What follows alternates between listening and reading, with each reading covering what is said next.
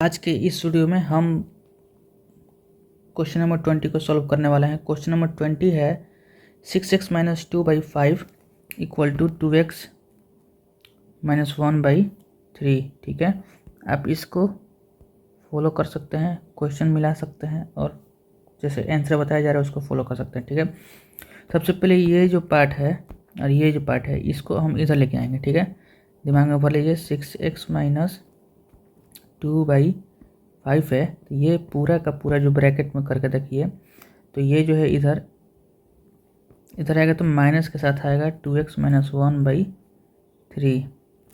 ठीक है, equal to minus 1/3। ये जैसे है वैसे ही रहेगा, इसको छूने की जरूरत नहीं है। ठीक है, अब हम इस दोनों में एलसीएम ले सकते हैं।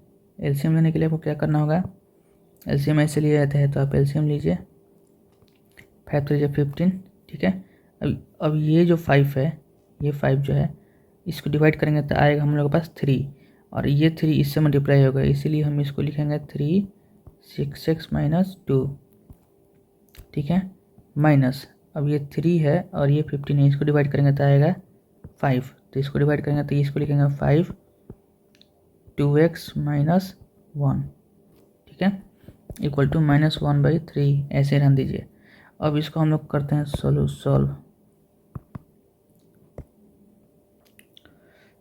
3 6 18, इसको मल्टीप्लाई करेंगे ये और ये, 3 6 18x माइनस 3 2 6, इसके साथ किए हैं, इसके साथ। अब हम इसके साथ करेंगे तो माइनस, अगर ये माइनस है तो माइनस और प्लस, माइनस 5 2 10x और माइनस क्या होता है, प्लस होता है, तो प्लस 5 हो जाएगा, बाई में हो जाएगा 15। ठीक है, इक्वल टू माइनस 1/3 हो जाएगा। अब इसको सॉल्व करते हैं, यानी कि इसको इसके साथ करेंगे, इसको इसके साथ करेंगे तो 18x माइनस 10x, 18 में से जाएगा तो कितना हो जाएगा 8x। उसके बाद माइनस ये और ये प्लस माइनस यानी कि माइनस 1/15 इक्वल टू माइनस 1/3। अब आप इसको चाहो तो कर सकते हो क्रॉस मल्टीप्लिकेशन, इसको इसके साथ और इसको इसके साथ। तो क्रॉस मल्टीप्लिकेशन आपको समझ में आ गया होगा, तो 8x माइनस 1 इक्वल टू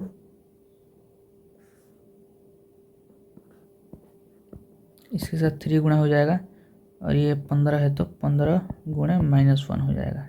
ठीक है, 8 3 24 x minus 3 1 3 equal to minus 15। अब ये जो 3 है इसको हम इधर लेके जाएंगे तो 24x equal to minus 15 plus 3, तो माइनस 15 और 3 हो जाएगा माइनस 12। ये 24x जैसे है वैसे ही आता है नेक्स्ट पेज पे।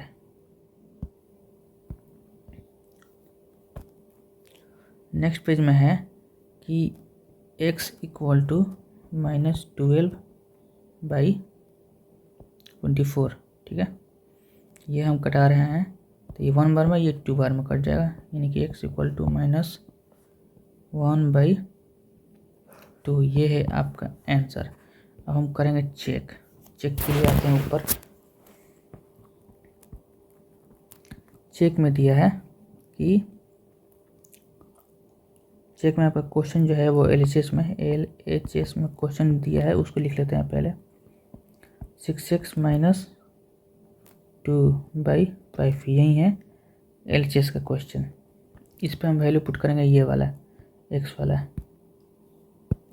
ये, तो इसको हम पुट करते हैं तो 6 इंटू माइनस 1/2 माइनस 2/5। ठीक है, ये कटाइए, 2 1 2 और ये 3 2 6, तो इसका हो जाएगा माइनस 3 3 1 3 माइनस 2/5, तो माइनस माइनस प्लस, तो माइनस 5/5, तो ये कट जगह आ जाएगा 1 यानी कि माइनस 1।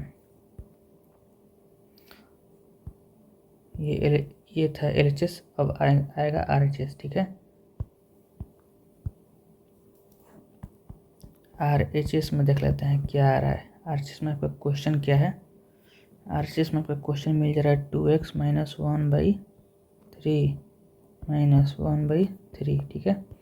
वैल्यू वही वाला पुट करना है, -1/3 -1/2 पुट करना है यहाँ पे। चलिए पुट करते हैं, 2 × -1/2 -1/3 -1/3। ध्यान से देखिए कैसे बनाया जा रहा है।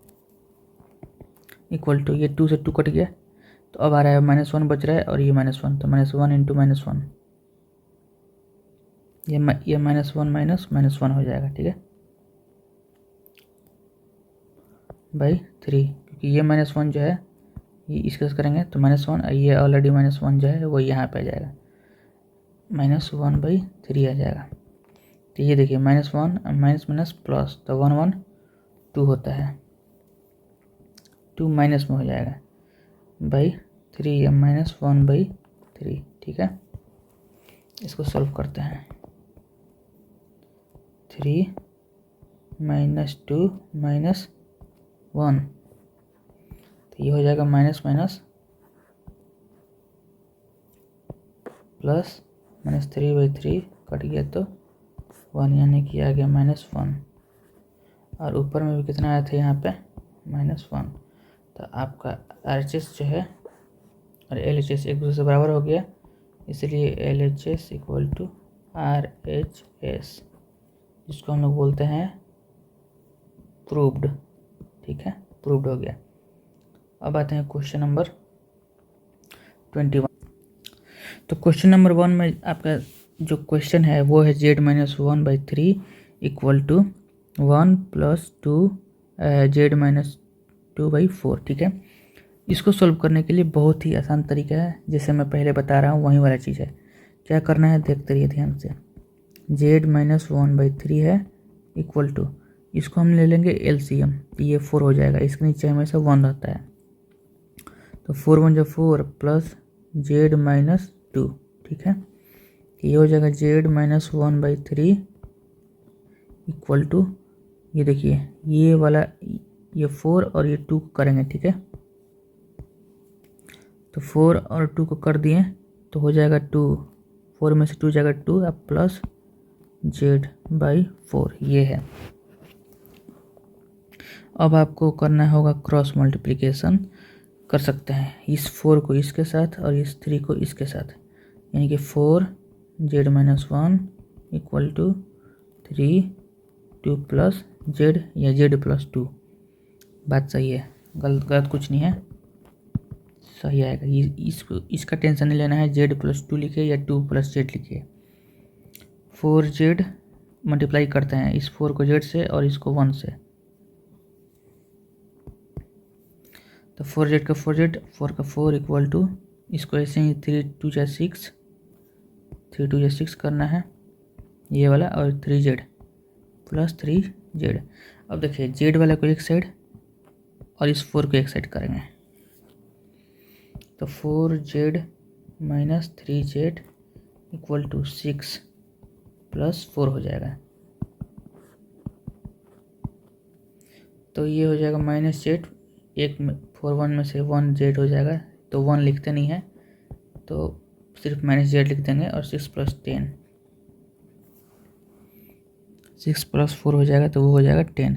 तो आपका जो z का वैल्यू हो रहा है ये माइनस नहीं रहेगा, यहाँ पे आप इसको हटा सकते हैं, ये माइनस नहीं रहेगा, मिस्टेक से लिखा था। z इक्वल टू कितना हो जाएगा आपका 10, ये हो गया आपका आंसर, ठीक है। अब निकालते हैं इसका, चेक करते हैं LHS में, तो LHS में दिया है z - 1/3, ये 3 थोड़ा अच्छा से लिख देते हैं, 3 हो जाएगा। पुट करना है ये वाला वैल्यू, तो ये वैल्यू पुट करना है, तो 10 - 1/3 यानी कि 9/3, तो कट गया तो आ गया 3, तो LHS आपका क्या कितना 3 आ गया है। अब आते हैं हम लोग RHS फाइंड करने के लिए, RHS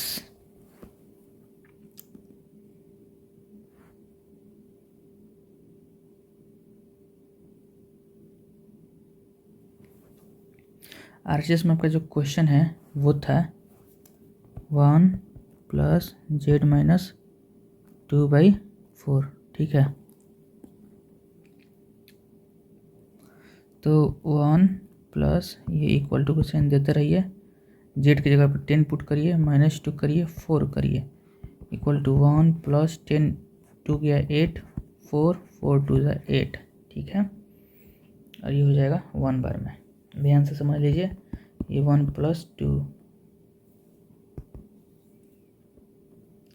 2 1 3, ये हो गया 3, तो यहाँ पर देख सकते हैं और यहाँ पर देख सकते हैं, इसलिए आपका LHS इक्वल टू RHS हो गया प्रूव्ड, ठीक है।